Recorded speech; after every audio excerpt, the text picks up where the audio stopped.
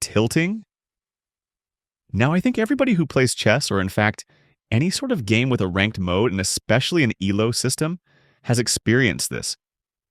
Basically, you boot up a chess game, you play pretty good, but you get caught off guard by an opening trap.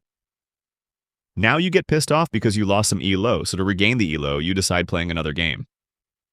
However, you start playing a little worse because you are already in a bad mood, you take riskier attacks and don't really care what the opponent does, which leads to you losing to back rank checkmate.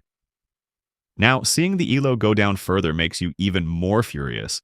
You now boot up another game, and this time you play super quick and do risky sacrifices to try to win fast. To absolutely nobody's surprise, you lose that game. And now the cycle of losing a game, then getting frustrated, then playing worse and repeat, keeps going on until after 2 hours of this, you have lost 120 elo and have fully fried your brain. Now, this is a really big progress killer as you lose weeks of progress in one sitting. So how do we prevent this? Well, it is actually very simple. Simply make a game limit.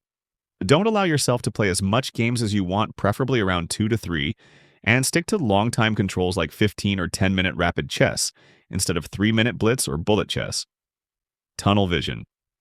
This is also one of those habits that almost everybody has experienced, even the top chess players have had it. Basically, let's say you're this guy named Michael Tall, and you are attacking the king. You play this pawn move, and your opponent plays something random on the other side of the board. Now, logically, you continue with your plan, absolutely smashing through, and in the next few moves, you will bring your rooks and your queen and your pieces to deliver the checkmate. However, as you wait for your opponent to resign, this happens. Now, how did this happen? Well, basically, you got tunnel visioned. You got so focused on attacking the king and everything else disappeared, and you are just fixated on checkmate, so you missed the obvious queen attack. Now, how can we prevent this from ever happening again? Well, again, it's a simple principle many don't do enough. Just simply ask, what are the checks, captures, and attacks of my opponent? If you asked that, you would have seen that your queen was getting attacked. Overthinking. Now, in a game like chess, where the outcome is decided by the battle of the minds, you might think the more thinking you do, the better you play. This is true, but there is an important caveat to this. Remember, in chess, you have a timer, which means you only have so much time you can think in. And if you waste lots of time on one move, you will have to play faster for the rest of the game. Now, what makes this worse is how incredibly complex chess is, and there are a million different plans you can pursue. So let's say you're magnesium chloride and you're in this complicated middle game. There are a few obvious plans, like simply moving the bishop. But magnesium chloride thinks and keeps thinking and calculating. His time ticks lower, and he has under a minute left. And after all that thinking, he plays a mediocre move that could have been played in 1 second. Now, how can we prevent this?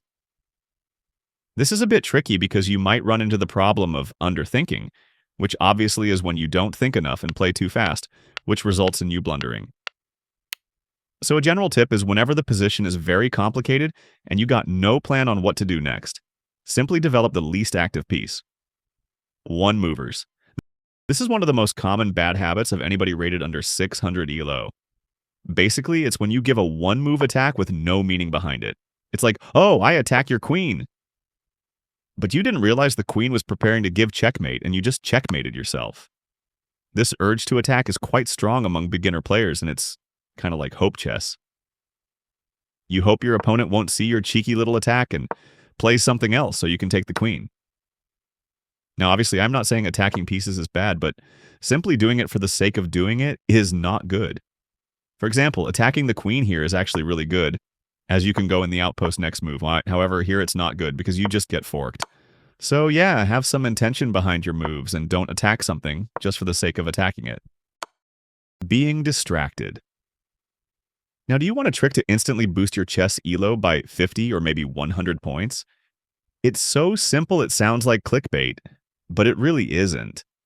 Basically, it's to be more focused. Yeah, I know, so shocking that in a game where it is all about thinking that you have to focus. But most people actually don't. They might scroll while playing chess or have or, I don't know, watching a YouTube video at the same time. Now, what's wrong with a little scrolling while your opponent is thinking? Well, there's nothing wrong with it if you want to lose all your elo, because taking your focus off the position will cause your brain to exit the flow state and into a more distracted one. Basically, a flow state is a mental state of complete absorption and energized focus in an activity where you lose track of time, self-consciousness, and distractions, feeling fully immersed, performing optimally, and experiencing deep enjoyment. So not only will you perform better in chess, you will actually start to enjoy it more too. So whenever you're playing chess, make sure to not goon, not analyzing games. Now, it's actually shocking how many people don't analyze their games. You probably don't do, which is why you got to listen up. When you finish a chess game, doesn't matter if it's a win or loss, do you go back to review it later? But do you really review it, or do you just look at the move icons? Like, most people just go, oh man, I didn't see that, bruh. I am so unlucky. Next time, I will definitely see that tactic. Instead of asking, what tactic did I miss? And how can I train to see this in the future? You go, oh, I just got unlucky. So what I recommend is to analyze at least one of your games, preferably your losing games, and try to find your weak points and strong points. Now to conclude, what should you do on a daily basis to actually improve at the game of chess over the long term? I don't mean like gaining 100 ELO instantly tomorrow. I instead mean getting better over the years and truly reaching the greatest of heights. So the words I will say now will apply to pretty much any skill level from 100 ELO all the way to 2,800 ELO. Or at least I hope. All right, first, you got to get good at tactics, obviously. Do your puzzles, whether on Lycus or a physical puzzle book. Chess is mostly just pattern recognition, so you must strengthen your brain to recognize patterns. And obviously, you got to play a lot of chess. I mean, a lot of chess if you really want to get good at the game. And that's pretty much it. So if you get one takeaway from this video, it should be that. Do your puzzles and play lots of chess. And most importantly, have fun while doing so. Thank you so much for watching and see you in the next one.